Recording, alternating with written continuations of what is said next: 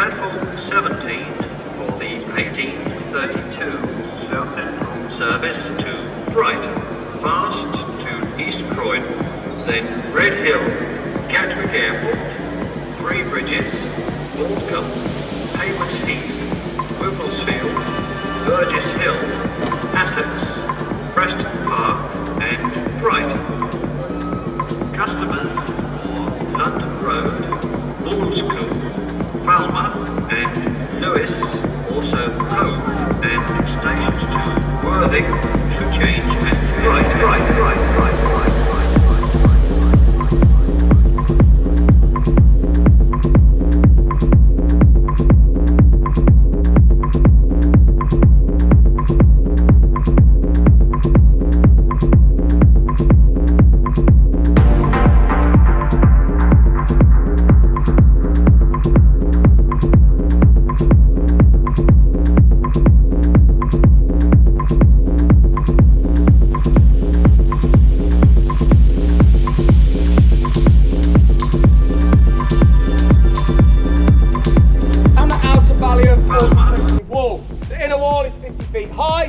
And the outer wall behind you there is 28 feet thick.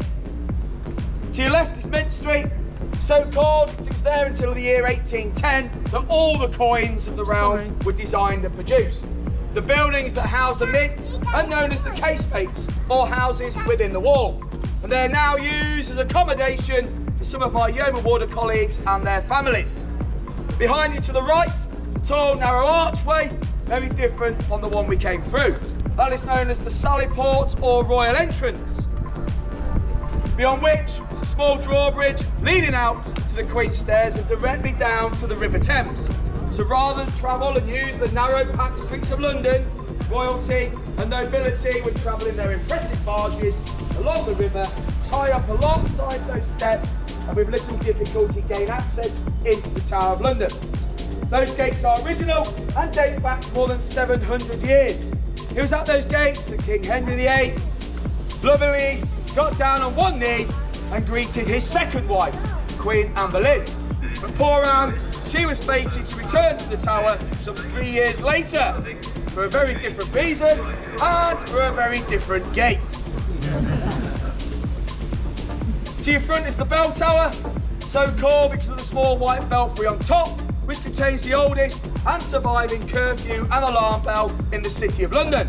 When sounded as an alarm, that was the signal to close the gates, the drop gates lowered and the battlements manned for defence. It's now sounded at the end of each day as a warning to visitors and strangers that the Tower grounds are now closing. The bell tower is the strongest of the 13 on the inner wall, and it stands on a base of stone masonry some 30 feet deep, 20 feet below the ground and 10 feet above. There are two circular imprisoned chambers, 10 feet thick at the bottom, tapering to 8 feet thick at the top. The lower chamber is lit by those arrow slits, the crosses in the walls, but the upper chamber has been fitted with windows. And these chambers are unique in that there is no interconnecting staircase. Access can only be gained from the lower and the upper floor of the King's house, which is still the private residence of the Constable of the Tower and his family. Access can also be gained from the Beauchamp Tower along the Queen's Walkway. So due to its construction, many prisoners were held in these walls. So the man for all seasons, Sir Thomas More, the one-time Lord Chancellor of England, he was held in the lower chamber for refusing to accept King Henry VIII as the head of the Church of England. And at the same time, for the same reason, John Fisher, the Bishop of Rochester, he was held in the upper chamber known as the Strong Room.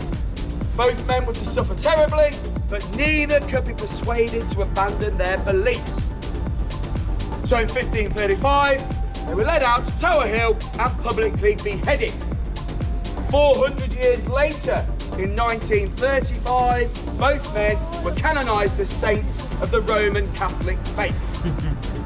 Another famous prisoner to be held in the Strong Room was the young Princess Elizabeth Tudor. Her half-sister, Queen Mary Tudor, had reason to believe that Elizabeth was implicated in the Sir Thomas Wyatt rebellion against the Queen's plans to marry Philip of Spain. Fortunately, Elizabeth was proven innocent and banished for a time at Woodstock. And then within a brief space of 4 years, she would return to the Tower to prepare for her own coronation. That would be her last visit during her long reign of almost 45 years. James Scott, Duke of Monmouth, so he was the eldest of the 13 illegitimate children of King Charles II. He's also imprisoned in this tower. And on the death of his father in 1685, this handsome, popular young man, a bit like myself,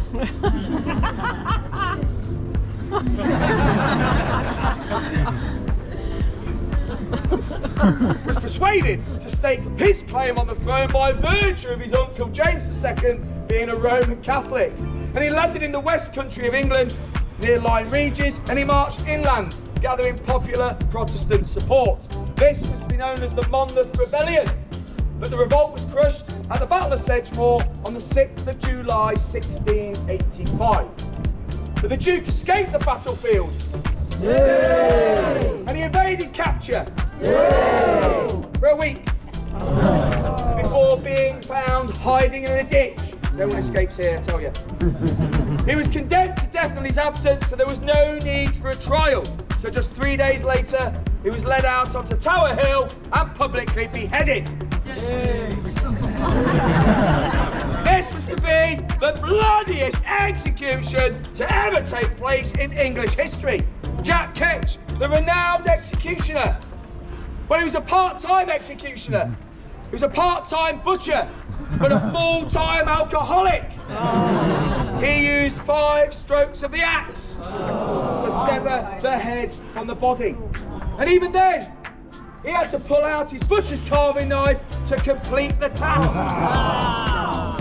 And then, strange to think that both head and body were brought back into the tower and sewn together before being buried in the chapel some 24 hours later. James Scott, the Duke of Monmouth, did not have a portrait, so therefore he was brought back into the tower and he was placed on the chaplain's table.